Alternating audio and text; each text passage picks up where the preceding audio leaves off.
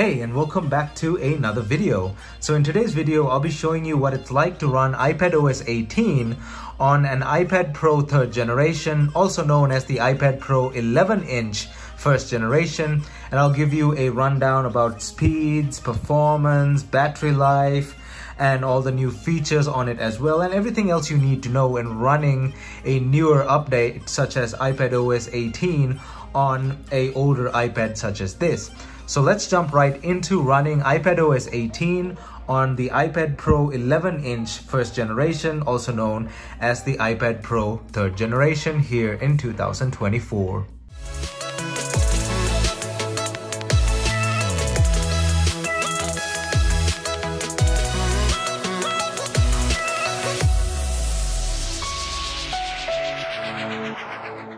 So as always, before jumping right in, don't forget to smash that like button down below as it helps this video get on YouTube's algorithm.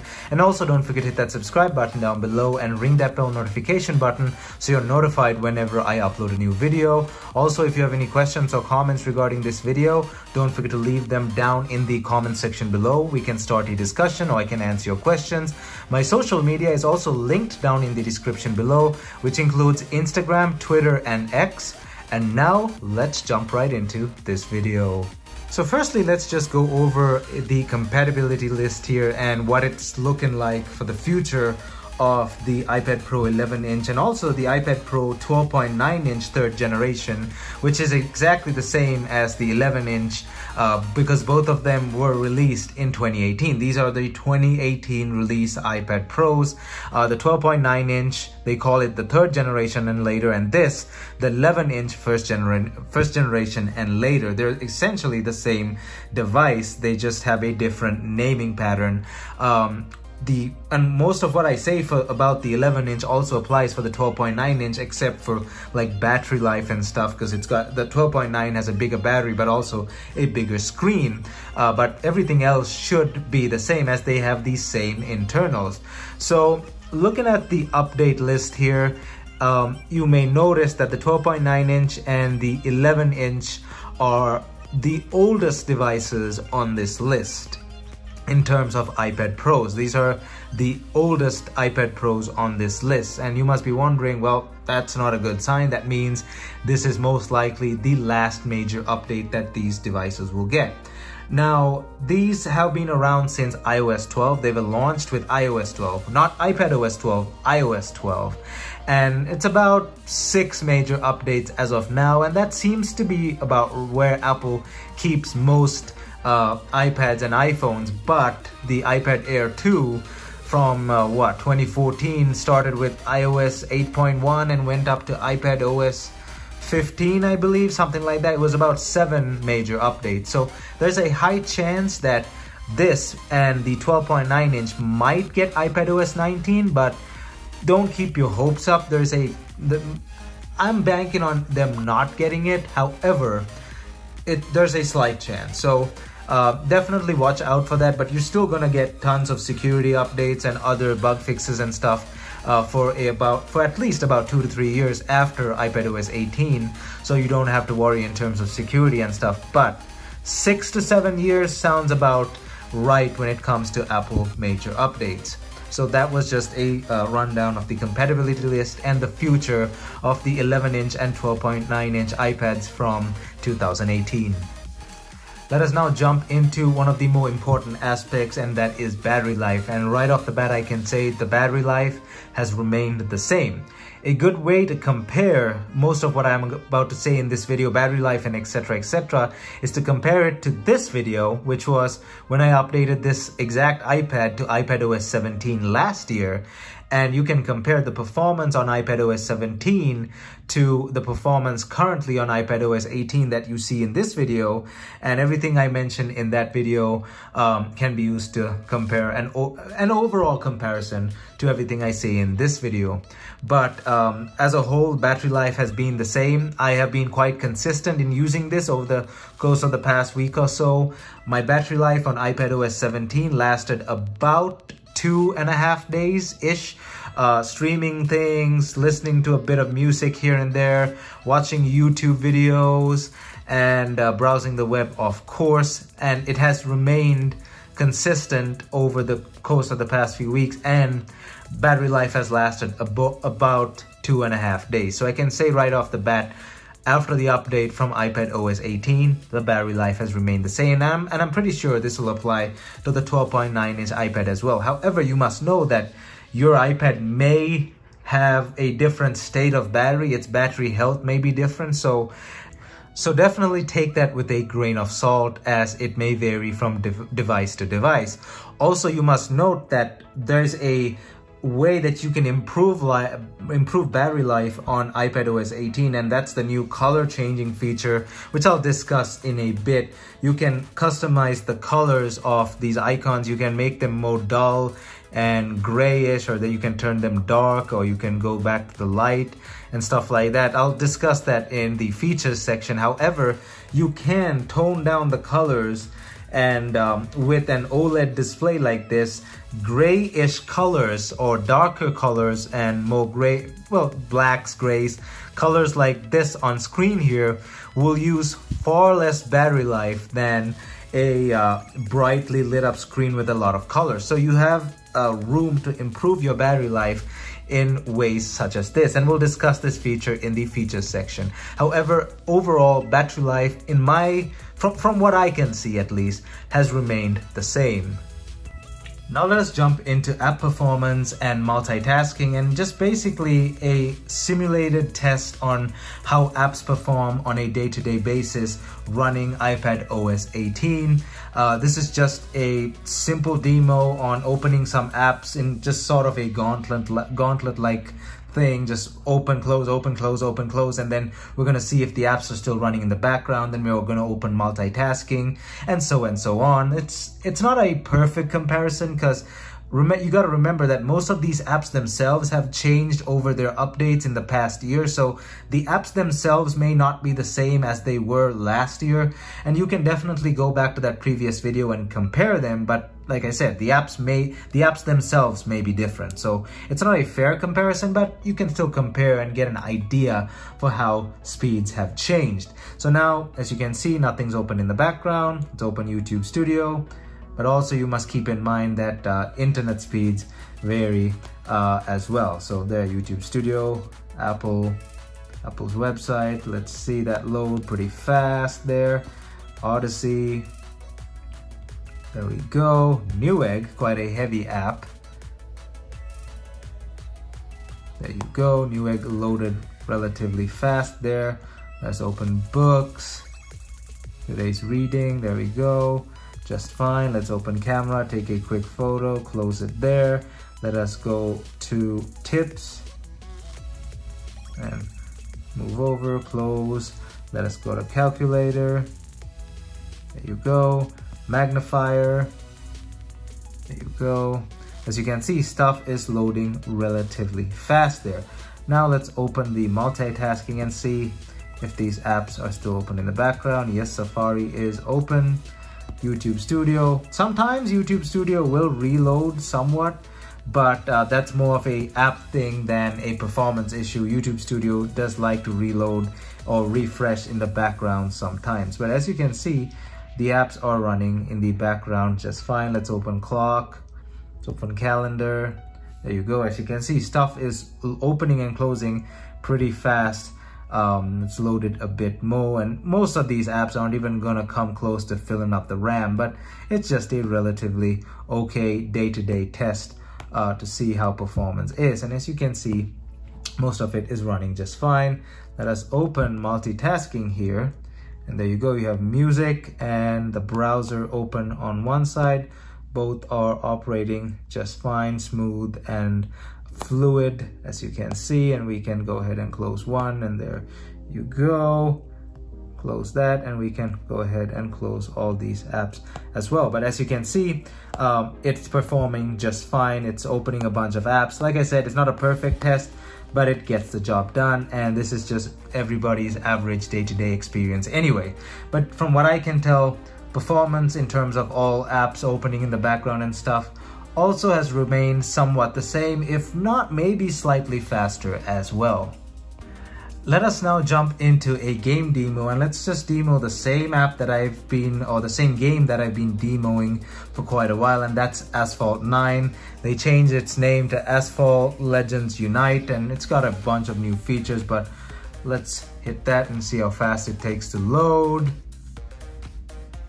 There you go, and I don't have anything else running in the background now. Asphalt Unite. There you go, and I'll cover that side of the screen. There is a gamer tag or whatever they call it mixed in there. Let us go into career here, play.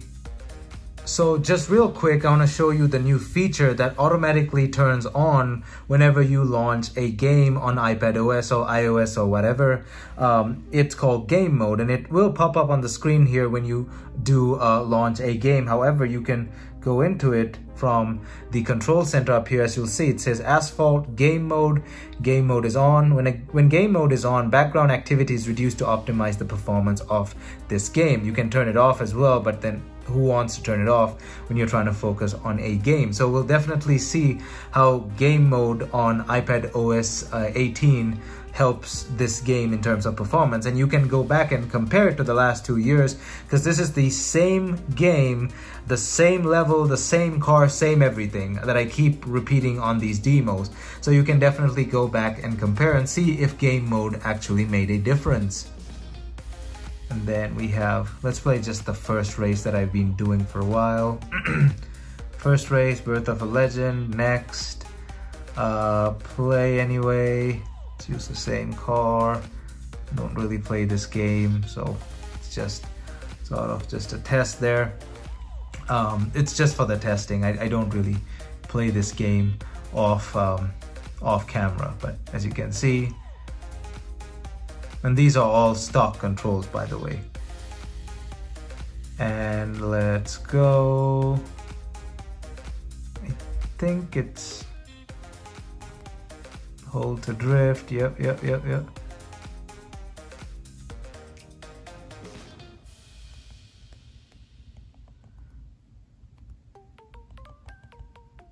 Oh, so as you can see, it runs just fine. I can remember how to turn in this thing. I don't even remember how to, oh, have I got, yeah, I got the touch controls. Oh, do I have the, I don't know. I didn't mess with the controls yet, but whatever it is, it's working. And I don't really play this game anyway, so, but I still have first place. So it is what it is. There we go, and boom. Actually, slightly better performance than last year, to be honest. There was a bit of stutter. In the previous 2 years, I tested this game on this very iPad. However, this time, I didn't see any stutter. Did you? Let me know down in the comment section. I don't think I saw any stutter. So that game mode thing, and it's a new feature I'll discuss, that game mode thing that this thing has may actually be working, because this game on this same map and same level had a bit of stutter. So game mode may actually be coming into play here and boosting the device's performance. Alright, now it's time for a browser test or a browser demo. Let's open the browser here. Of course, we're going to just use Safari. You saw it load earlier, and as you can see, it loads just fine. Apple's web page is one of the more larger, more heavier web pages to load, and as you can see, everything just loads. All the pictures and everything, the animations load just fine, and they're smooth and fluid. Of course, it depends on your internet. It heavily depends on your internet, but Safari is quite light on the internet as well, so it's definitely a browser that you want to use if your internet is quite slow. As you can see, all the animations and stuff work just fine. Let us close that and go to Nokia. There you go, the Nokia call. Let's do HMD. There you go. This website is also quite a heavy website, not as optimized as Apple's website. As you can see, everything opens and loads just fine. Microsoft. Let's go to Microsoft's website there. As you can see, Microsoft's website's a bit more optimized, as you can see, but really smooth browsing experience. Almost no stutter, pages load just fine, animations load just fine. The browsing experience is going to be good on this iPad even years after its major updates have stopped, and I can say that with almost certainty because a lot of older iPads to this day are still being used as browsers, basically just tablets, reading tablets, because the browser still works. Safari still works many years even after updates have stopped rolling in. So yeah, as of iPadOS 18 and for a few more years to come, the Safari browser should be good to go for browsing the web. And finally, now let's discuss all the features coming in on iPadOS 18. And I must make a disclaimer here that this being an older iPad, it's not going to get all the new features. There are just some things that this device cannot take or cannot do that more modern iPads can. Namely, Apple Intelligence. This thing is not going to get Apple Intelligence when it comes later in the fall. This iPad is just too old for that. So it's not going to get Apple Intelligence. It's not going to happen. So let us just run over some of the features here on iPadOS 18. And I'm not going to go over all of them, but I'm just going to go over the more important ones. They're the ones that I feel are really, really nice. Notes, now you have your handwriting with Smart Script. You can just take down notes faster, smoothed out script, live audio transcription, just reads for you, blah, blah, blah, blah, blah. You can actually highlight text now. Let me open my text app or my notes app off screen here, because I do have some personal notes there. And then let us type in some nonsense and then press to hold, and you can highlight by doing that, and you come up to that, and if you go over, where is that? There you go. That's your highlight. Now you're limited to these colors, but it still highlights for you, as you can see there. So that's how you highlight your notes. So stand out with color. There's not many colors to choose from, but some more will definitely come as time goes on. As you know, with Apple, they slowly implement new colors and stuff. This is interesting. Matte notes with Apple Pencil. Let me go grab the Apple Pencil really quick. Now I have my Apple Pencil here, and basically what it is you can take matte notes in the notepad and also in the calculator, and I'll show you the calculator later, and let us choose Apple Pencil there. Let's do a simple equation, and your writing should be good. It can't be crap. It doesn't have to be perfect, but it can't be crap. So let's do 5 plus 2 equals, didn't recognize that, so it's not perfect. It didn't recognize the equals there. Let's give it a more, how about now? No. So let's try that once more. So it's not perfect, it's still in its first stages, but let's just do 5. Oh, it's a terrible 5. Recognize that. Nope. Okay, it's actually spazzing out now for my terrible handwriting. It's supposed to solve that equation. Let me try this properly. 5 plus 2 equals, there we go. So 7. Okay, so it does not like crappy handwriting, as you can see. Let us give it a more complicated equation. So let's do variables first. Let us do variables. It's better handwriting there. Obviously there's palm rejection on this iPad. Variables, let's do x is equal to 2, 5 is equal to, or sorry, y is equal to 3, y is equal to 3, and z is equal to 5. Let's do the equation x cubed plus y squared plus z equals solve 22. There you go. So as you can see, you can actually do math on this thing, and the equations can get really complicated, but I don't know how complicated. You're not gonna solve differential equations and stuff, I don't think so, but I haven't tried all that, but it is what it is. And you can also do this from the calculator, because the calculator app got a big buff. If you click up here, or nope, where do you have, oh, I think you're going to landscape, and then you click that. Oh, you can actually do that in, oh yeah, you can do that, scientific, basic, and math notes. So you can do your notes and stuff here as well, just like you did in Notepad. You can click that, you can go back to scientific, and you can also click that and go to basic. So if you're a nerd and you like math, there you go. I used to be a nerd that liked math, not anymore.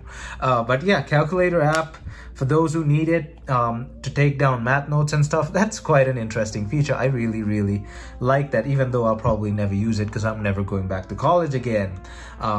Absolutely terrible idea. Just kidding. Just do what you feel is right. What you feel is right. But yeah, customization, rearrange apps and widgets. That's next. Press and hold, and then up here, now mine's got a crack up there, so edit. You can add widgets, customize, and edit pages. Customize is basically the color thing I showed you earlier. It's already dark now. You can turn it to light, dark, small, large, automatic depending on lighting, and tinted as well. You can tint the colors, make them brighter or warmer or whatever, as you can see, and this will also affect battery life in either a positive or a negative way.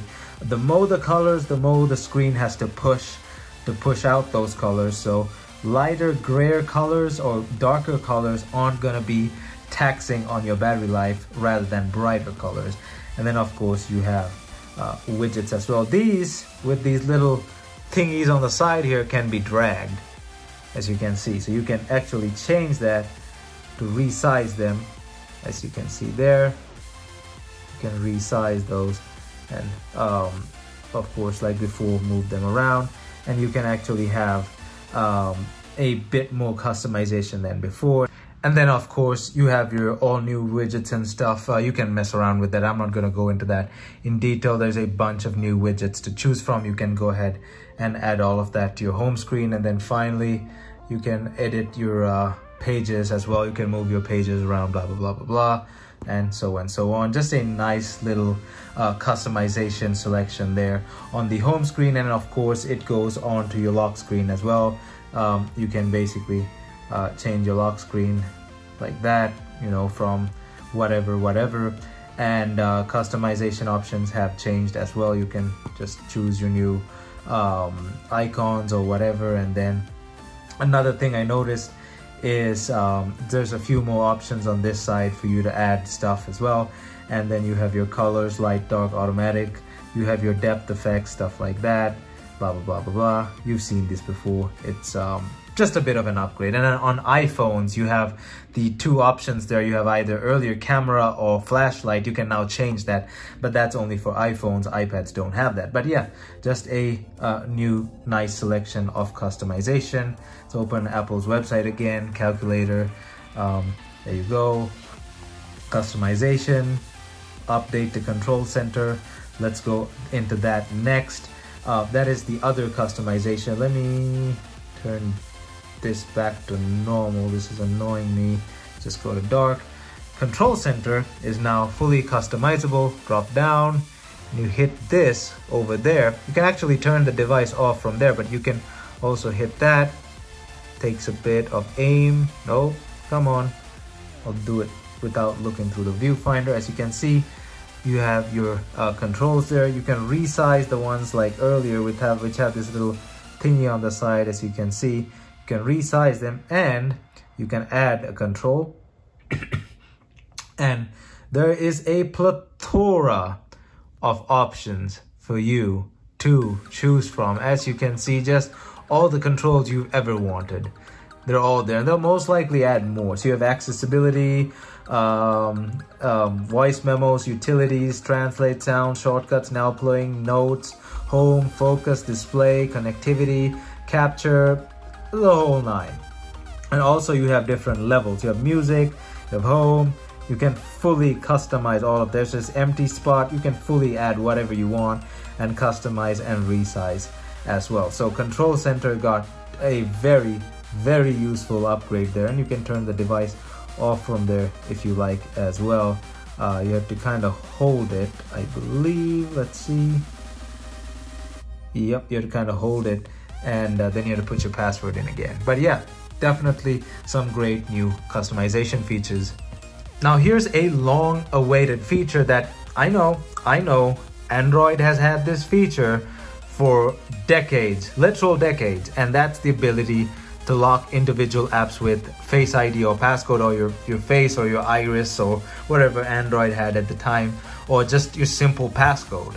And it usually shows up as Face ID on devices with Face ID, but this one jumps straight to passcode because I haven't set up Face ID because the Face ID scanner, the laser more specifically, is damaged. The previous owner dropped this thing and cracked the glass here, and also sent a crack down through the middle of the Face ID laser, so Face ID cannot be set up on this device because there's some interference on that crack on top of the laser.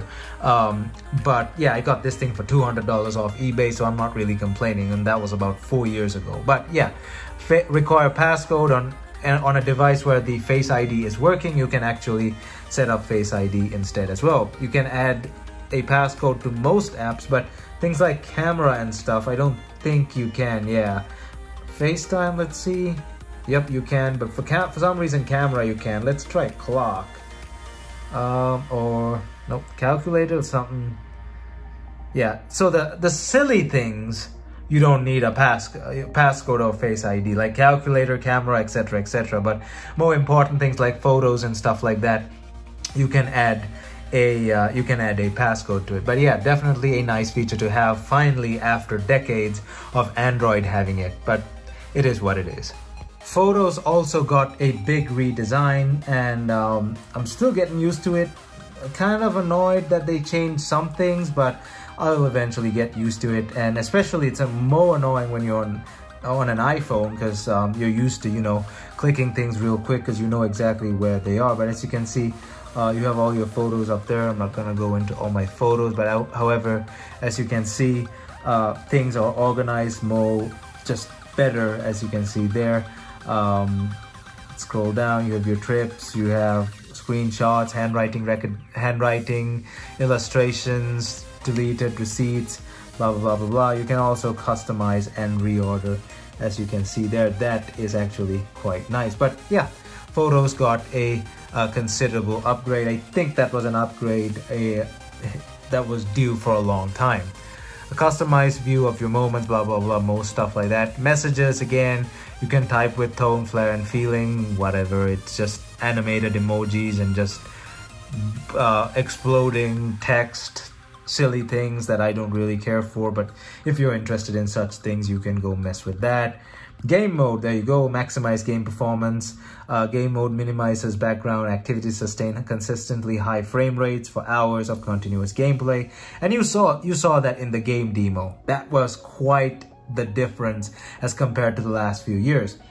It's also more responsive to AirPods and controllers.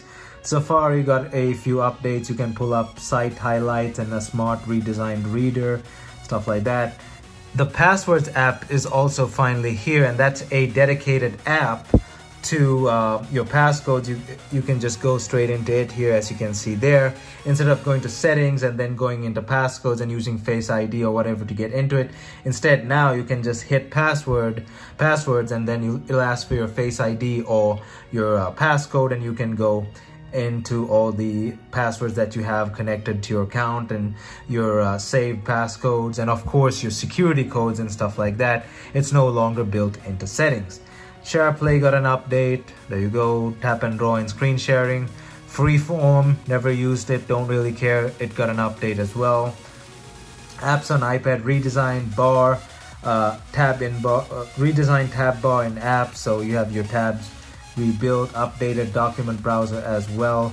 AirPods, say yes with a nod or no with a shake. I don't have a pair of AirPods, so I can't test that. Voice isolation with AirPods Pro, don't have those.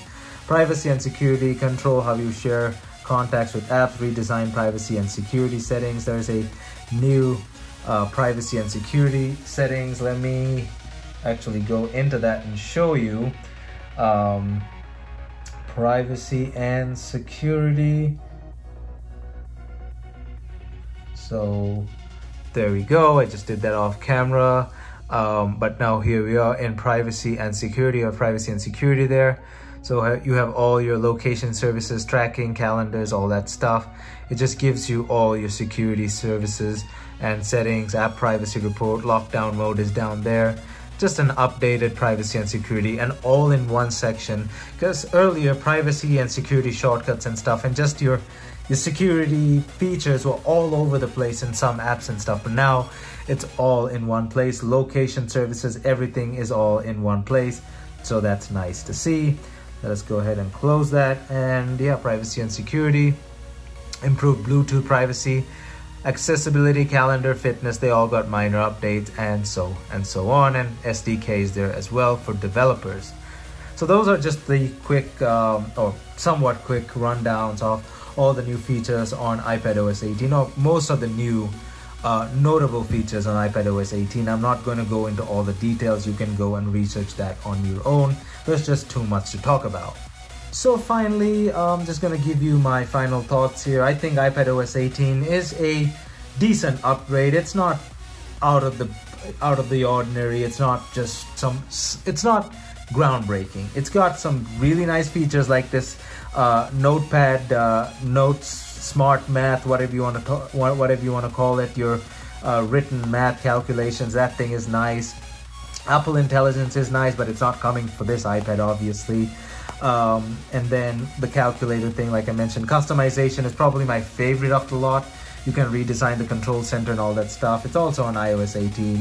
Photos, well-deserved update. That's nice too. And just the game mode thing is probably what most people are gonna benefit off, because people use iPads for gaming quite a lot, and the games on the App Store have gotten better and better over the years. But overall, in terms of this particular iPad, the iPad Pro 2018 11-inch and 12.9-inch models, both of them, like I said, the 11-inch and the 12.9-inch, the only difference is the screen and battery size. The future looks good for these. They're still performing well, and maybe we'll get one more update, like I said, up to iPadOS 19, but even if we don't, these have a lot of life in them. There'll be security updates and patches coming in the future, but I have a somewhat of a feeling we might get iPadOS 19, but let's just not keep too many hopes on that, because it sounds like 6 years to 7 years is probably what Apple was aiming for this thing, and it's probably it's actually caught up to the 6-year mark as of now. But yeah, that was the iPad Pro 2018 11-inch, and of course this applies to the 12.9-inch as well, running iPadOS 18. Let me know your thoughts down below. Let me know if there's something I didn't cover down below, and we can start a discussion down in the comment section. Leave a big thumbs up on the like button, hit that subscribe button if you want to see more content from me. Leave a comment, leave a like, start a discussion in the comment section. My social media is linked down in the description below, which includes Instagram, Discord, and X. Thumbs up, and I'll see you guys in my next video.